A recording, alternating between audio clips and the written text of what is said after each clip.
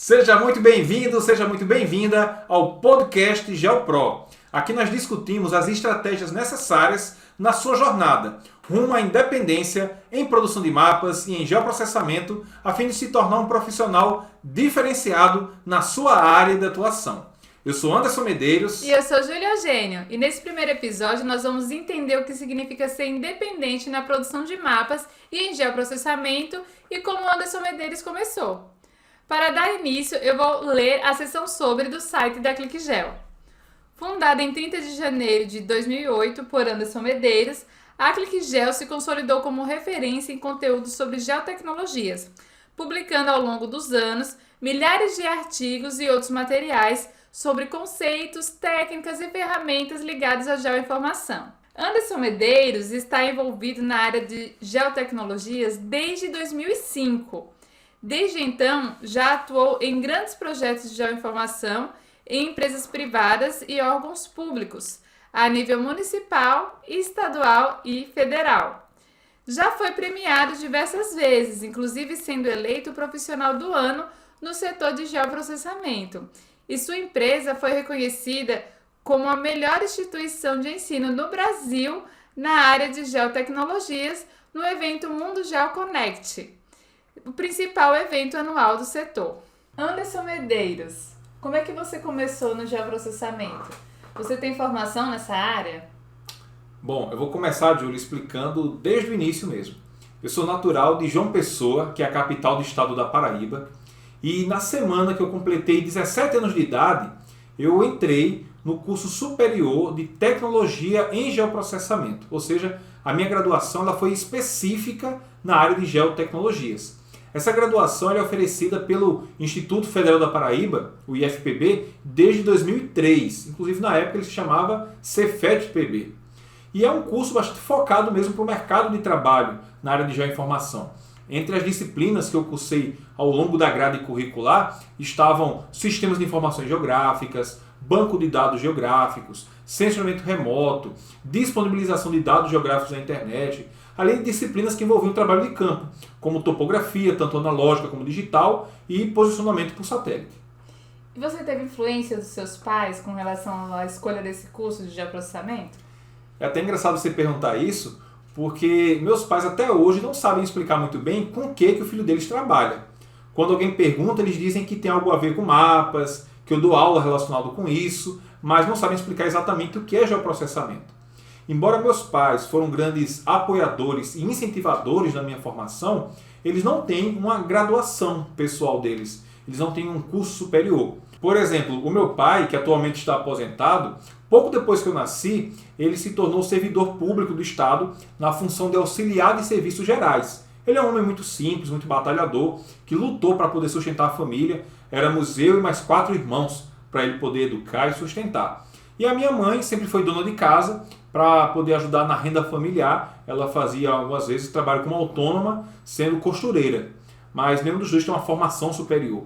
Agora eu sou muito grato a eles pelo incentivo que eles deram e pelo empenho para que eu tivesse condições de estudar e ter a minha formação profissional. Inclusive, Júlio, você sabe bem como é os pais não entenderem, não explicarem sobre com que o filho deles trabalha, porque os seus pais também não entendem muito bem e você também tem formação em geoprocessamento.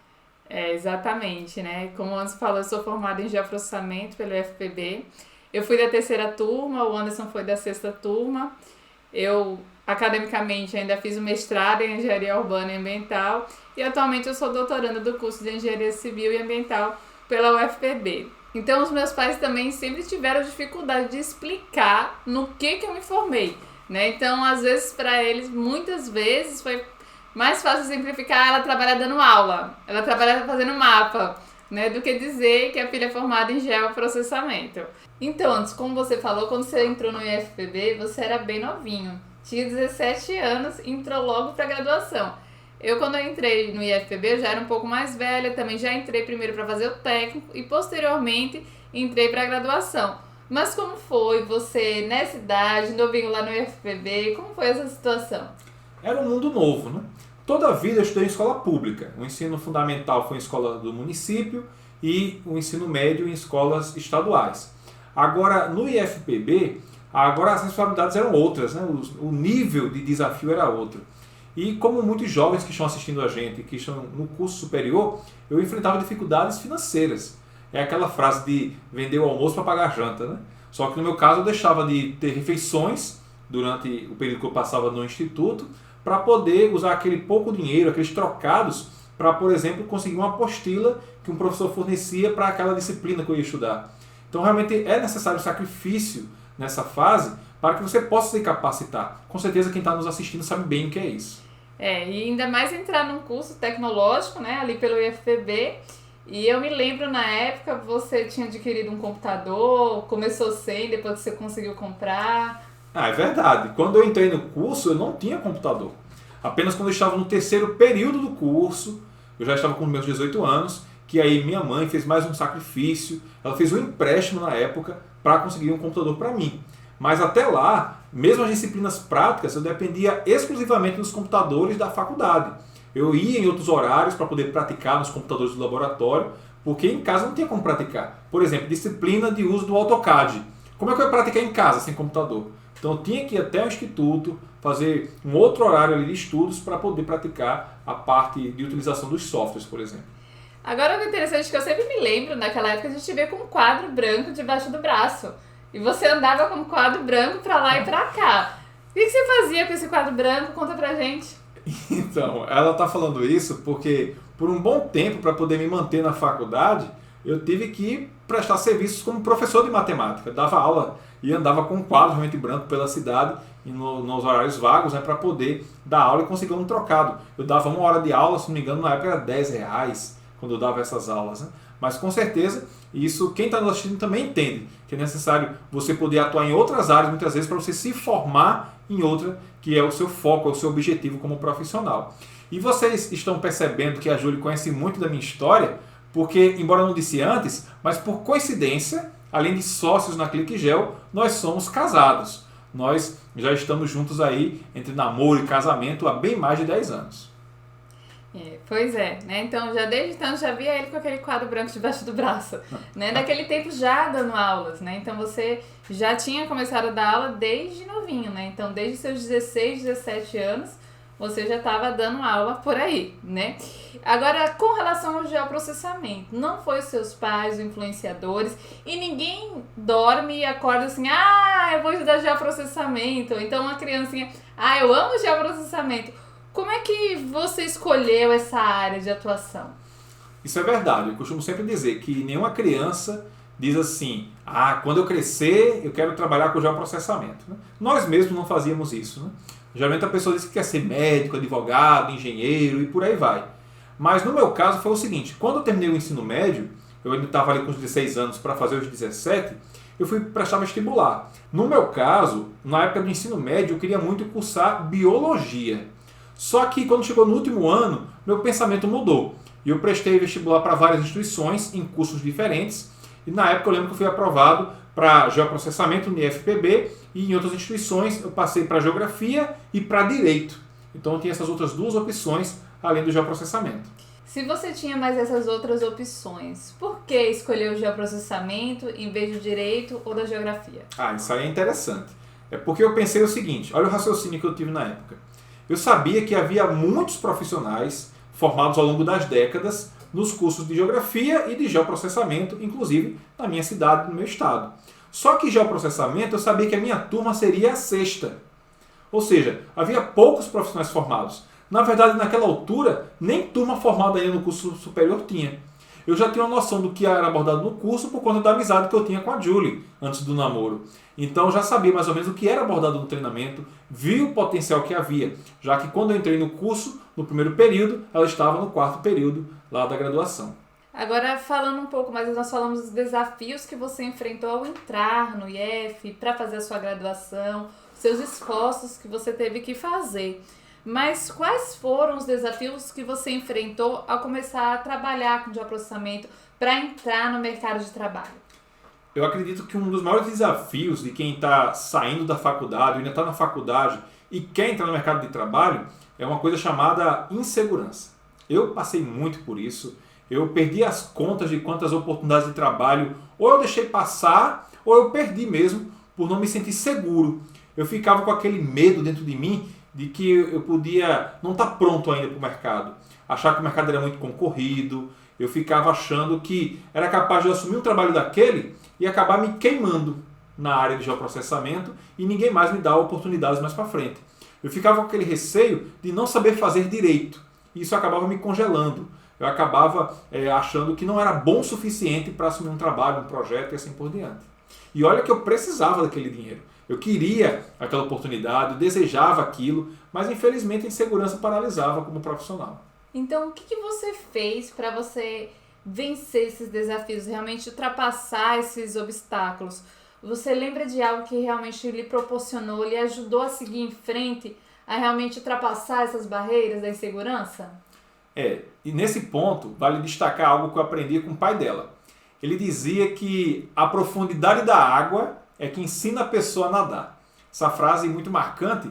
Logicamente, o que ela quer nos passar é que nas dificuldades, na pressão, a gente descobre que consegue fazer coisas que a gente nem imagina.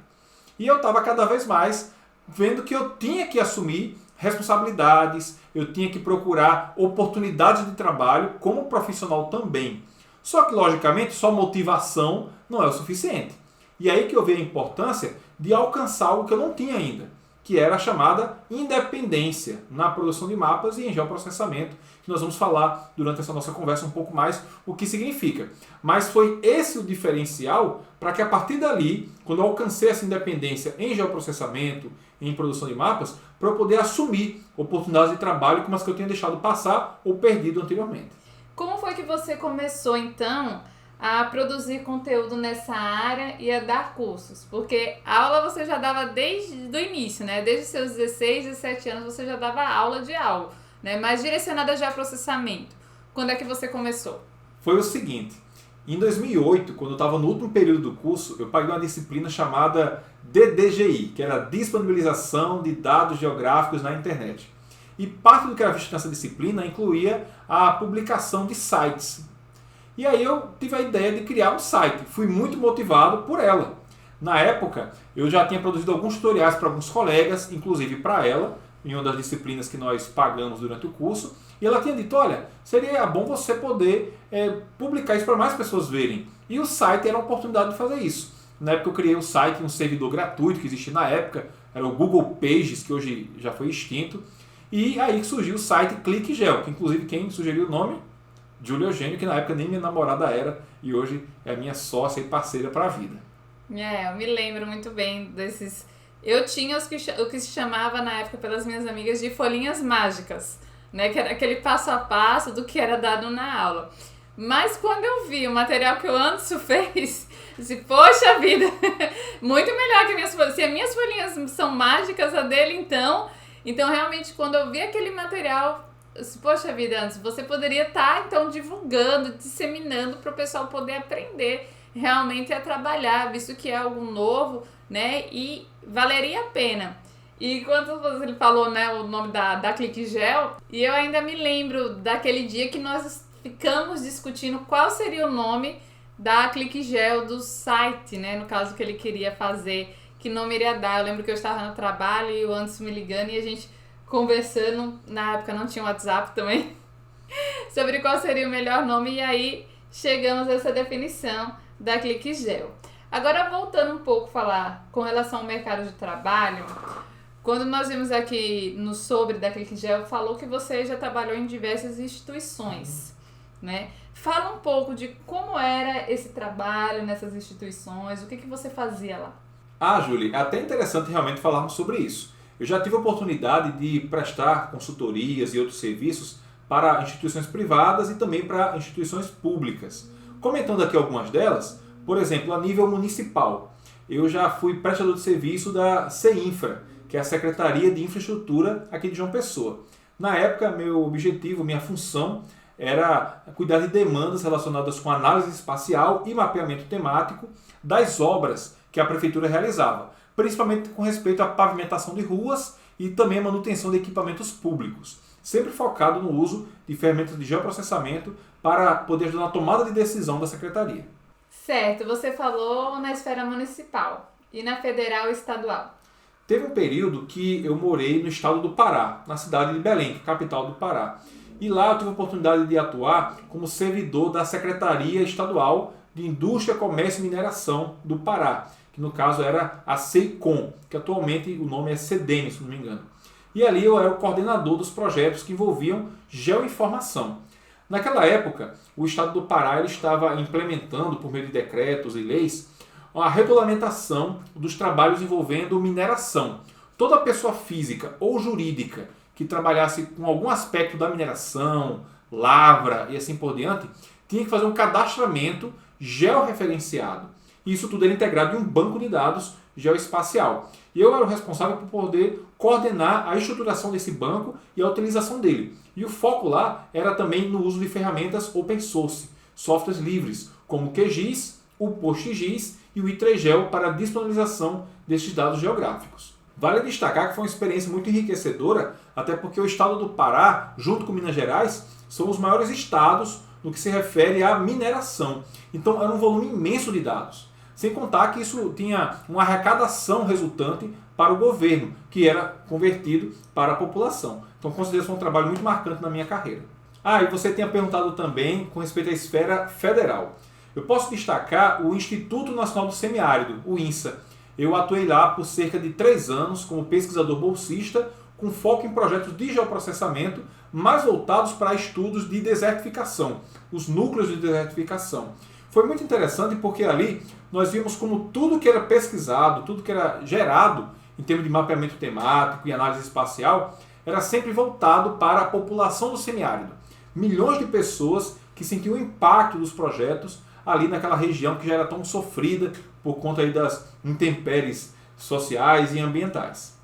Mas além de você ter trabalhado nessas esferas, né, municipal, estadual, federal, como você falou, trabalhou em empresa privada, o interessante é que eu me lembro que você teve a oportunidade também de trabalhar elaborando provas de concurso. Conta um pouco dessa experiência para nós. É verdade. Embora eu não possa dizer qual foi a instituição que nos contratou na época, nem para qual concurso foi, nós tivemos a oportunidade de elaborar pelo menos 3 provas de concurso público, tanto para provas a nível municipal como federal. Então isso mostra que as instituições confiam no nosso trabalho, né? Eu fiquei muito honrado na época e nós realmente que decidimos descontinuar esse tipo de prestação de serviço por conta de outros focos que queríamos dar para os nossos projetos. Mas também teve realmente essa época em que nós elaboramos algumas provas para certames, né, de algumas das principais bancas de concursos do Brasil. Agora conta para nós um pouquinho sobre essa premiação, né? Aqui no site da ClickGeo fala que você foi premiado como profissional do ano no setor de geotecnologias e que a sua empresa também teve a premiação, que ela foi eleita como a melhor instituição de ensino do Brasil. O que isso significa para você e como é que foi feita essa premiação? Nós ficamos muito honrados de saber que a comunidade de geotecnologias deposita essa confiança no nosso trabalho. Nós não tomamos isso por garantido. Tanto a premiação que nós recebemos de profissional do ano, de melhor instituição de ensino e outras que recebemos ao longo dos anos, todas elas, logicamente, nós sabemos que também são fruto do nosso trabalho, mas nós nunca deixamos isso subir a nossa cabeça. Nós sabemos que sem o apoio das pessoas que acompanham o nosso trabalho, que comentam, que compartilham os conteúdos, que indicam para os seus colegas de trabalho, de faculdade, isso é o que faz a diferença. E por isso que nós procuramos sempre continuar motivados a produzir conteúdos, como é o caso desse podcast que estamos estreando nesse momento.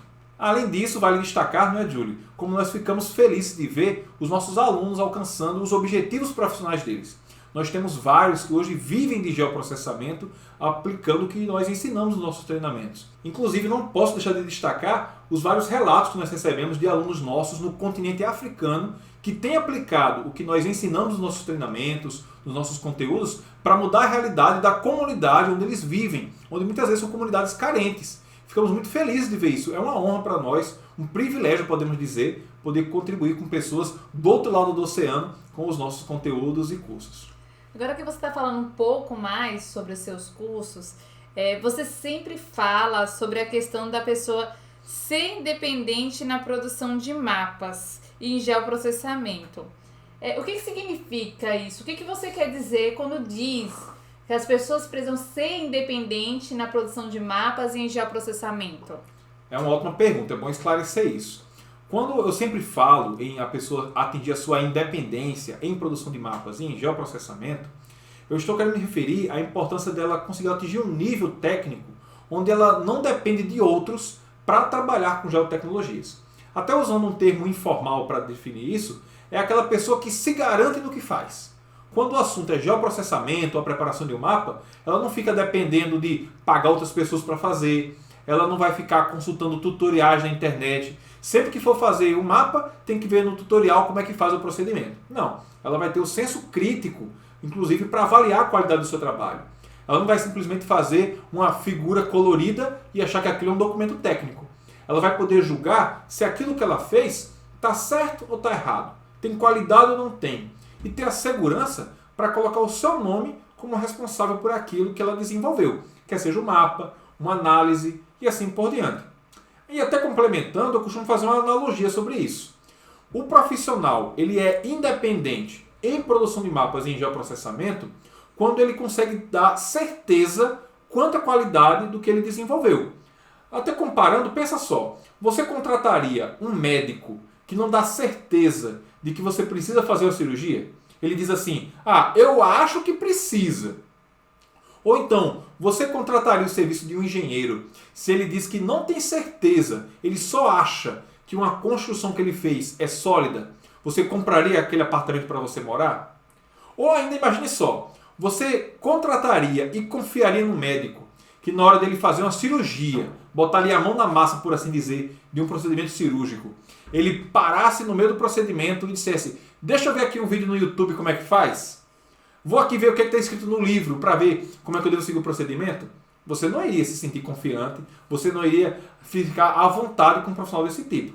Sendo assim, o profissional que realmente é independente em produção de mapas e em geoprocessamento, ele não acha se está certo.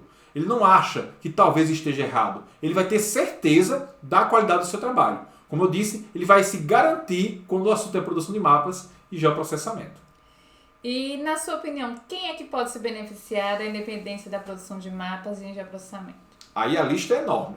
Poderia mencionar apenas algumas áreas principais. Seria a geografia, biologia, geologia, engenharias diversas como civil, ambiental, florestal, agronômica, elétrica e por aí vai, bem como outros profissionais da área ambiental, como gestores ambientais, zootecnistas, veterinários, também turismólogos e até áreas que talvez você não imagine que de forma imediata vão ter relação com geotecnologias, como por exemplo, profissionais da área de saúde que trabalham com epidemiologia. Também podemos mencionar segurança pública, economistas, jornalistas e por aí vai. Inclusive, se por acaso eu não mencionei a sua área de formação e você quer saber se pode usar geoprocessamento ou se você já usa, coloca aqui nos comentários esse vídeo. Vai ser muito legal saber que você tem percebido a importância de usar o geoprocessamento na sua área de formação. Mas Anderson, com tantas áreas aí usando o geoprocessamento, você não acha que esse mercado já está um pouco saturado? Não, não está. Essa é uma dúvida muito comum. Toda semana eu recebo perguntas sobre isso. Mas é o seguinte, hoje existem muitos profissionais formados, é verdade. Mas profissional formado não é o mesmo que profissional qualificado. Então existem muitos profissionais que concluem cursos de geografia, de engenharia, de meio ambiente e assim por diante que eu mencionei aqui, só que eles não têm o domínio, eles não dominam produção de mapas e geoprocessamento. Isso acaba limitando a capacidade deles poderem atuar nessa área específica. Então, Anderson, o que você diria para aquelas pessoas que querem agora ingressar no mercado de trabalho na área de geoprocessamento, que estão aí dando seus primeiros passos e querem ganhar o seu espaço no mercado? Ótima pergunta. Eu diria que primeiro eles não podem se acomodar e eles têm que se antecipar. Vou explicar melhor. Quando eu falo para não se acomodar, é buscar evolução constante. Nunca saber que sabe demais. Sempre há espaço para crescimento profissional. Sempre tem que estar se atualizando. E quando eu falo sobre se antecipar, é o seguinte. A pessoa entrou no curso de graduação. Ela só vai ter algum contato com alguma disciplina relacionada com geoprocessamento lá no terceiro, quinto ou sexto semestre, muitas vezes. Então a ideia é, se antecipe, comece a estudar esse tema antes. Por quê? Quando você chegar em um dos períodos, em um semestre, onde você pode concorrer a um estágio ou então algum tipo de serviço, você já vai estar mais preparado. Aí lá na seleção do estágio, você não vai ser encarado como aquela pessoa que está crua demais. Aquela pessoa que vai ter que aprender tudo, que vão ter que ensinar tudo para ela ainda. Você chegando lá já sabendo o geoprocessamento, aí é totalmente diferente a visão que vão ter de você. Vão olhar para você e pensar assim, olha, esse rapaz aí já sabe das coisas. Essa moça aí já domina o geoprocessamento. E aí você já vai estar à frente dos seus concorrentes de uma forma que eles nem esperavam que você estivesse. Então, não esqueça, não se acomode, continue evoluindo, busque a informação e se antecipe. Não fique pensando, daqui a 2 anos, quando tiver em tal semestre, aí eu começo a procurar por isso. Não, entrou na faculdade, já busca essa informação para se diferenciar. Interessante, né? O mercado, você falou, não está saturado, né? Que tem espaço para muitas pessoas. Quando foi na época da sua graduação, que você ingressou, que não era tão difundido o geoprocessamento, não tinha também tanta concorrência, né? Que hoje nós possamos ver muita concorrência. E às vezes as pessoas têm medo da concorrência, não sabem como lidar com ela. O que você acha com relação a isso?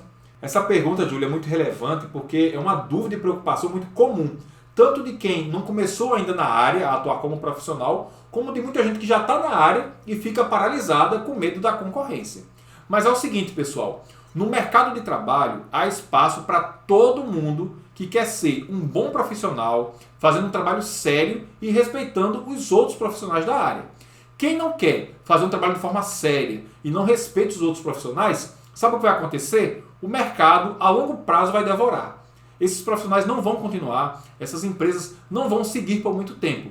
É necessário ética, responsabilidade técnica e, claro, respeitar o trabalho dos outros. Trabalhar de forma séria, sempre respeitando o trabalho dos outros profissionais. E como você mesmo falou, né, Anderson, o geoprocessamento ele é bastante amplo e aplicável em diversas áreas, né? E existem, por assim dizer, como se fosse um bolo enorme, tivesse várias fatias, né, que você consegue ali estudar, se aprofundar mais nisso e se tornar realmente um expert naquele assunto. Que às vezes ali naquela temática não tem ninguém ainda de forma aprofundada. Então é procurar aí ampliar os horizontes na área de geoprocessamento. Isso é importante, que as pessoas tenham noção de quanto o geoprocessamento é amplo e aplicável. E não precisa, como o Anderson falou, né, tá se batendo com o concorrente. Né? Você pode respeitar, fazer o seu trabalho e ser colega de trabalho, discutir sobre os assuntos, né? E não discutir ali as pessoas. Lembrando que quando você ajuda um colega de trabalho, você não gera concorrência. Como já se costuma dizer, você gera admiração. Então nunca ache que você vai estar perdendo por ajudar um colega de profissão. Você vai estar ajudando para que o mercado se fortaleça e todos assim possam crescer juntos. E como tem diversas áreas assim de atuação na área de geoprocessamento, tem alguma antes específica que você diga, olha, essa área realmente no momento, né, que nós sabemos que tudo é o momento, né, tudo muda hoje, especialmente nas geotecnologias, na geoinformação. O que está se difundindo mais hoje? Qual a área que você diria que, olha, essa área realmente, essa ramificação, ela está sendo bastante explorada e aqui o pessoal pode ir por esse caminho que nesse momento vai conseguir aí o seu espaço. Ao longo dos anos nós temos procurado acompanhar bastante o andamento do mercado. E eu posso dizer que hoje 2 áreas que se um profissional se qualifica com esse foco, ele não fica desempregado, ele sempre vai ter trabalho para realizar, são a área ambiental, que tem um leque enorme de possibilidades para os profissionais, e também a área de geomarketing. Então, tanto para a área onde você vai trabalhar, por exemplo, com licenciamento ambiental, outorga, lavra, ou então para planejamento estratégico de onde você vai implementar um novo estabelecimento comercial, você tem campo para atuação. Lembrando que essas 2 áreas não são as únicas. Eu estou falando aqui de 2 áreas que se destacam. Mas, como eu falei anteriormente, existem inúmeras áreas que podem atuar com geoprocessamento e há muito campo para isso. Não precisa ser exatamente essas 2, existem inúmeras outras. Então, antes falando agora um pouco sobre a busca da titulação, né, a questão acadêmica, né, falamos um pouco sobre o mercado de trabalho e às vezes as pessoas ficam na dúvida com relação, né, sobre eu tenho que ter uma pós, né, eu preciso continuar nessa carreira acadêmica para realmente, posteriormente, eu ter um bom emprego ou ter condições, ter um espaço no mercado de trabalho? O que você pessoalmente acha sobre isso? A minha opinião pessoal sobre isso é a seguinte: hoje, o mercado de trabalho ele não busca os profissionais por títulos. Pouco importa para o contratante se você é especialista, mestre, doutor ou algo do tipo. Na realidade, quando o foco é o mercado de trabalho, o que é procurado nos profissionais é que eles saibam trazer soluções, saibam criar soluções para problemas reais que surgem nas demandas no dia a dia. Agora, logicamente, fazer uma pós-graduação tem o seu valor sim, em especial nas duas situações que eu vou citar aqui. Se no seu caso que está nos assistindo, você se encaixa em uma dessas duas situações que eu vou dizer, então, na minha opinião, para você vale a pena, faz sentido fazer uma pós-graduação.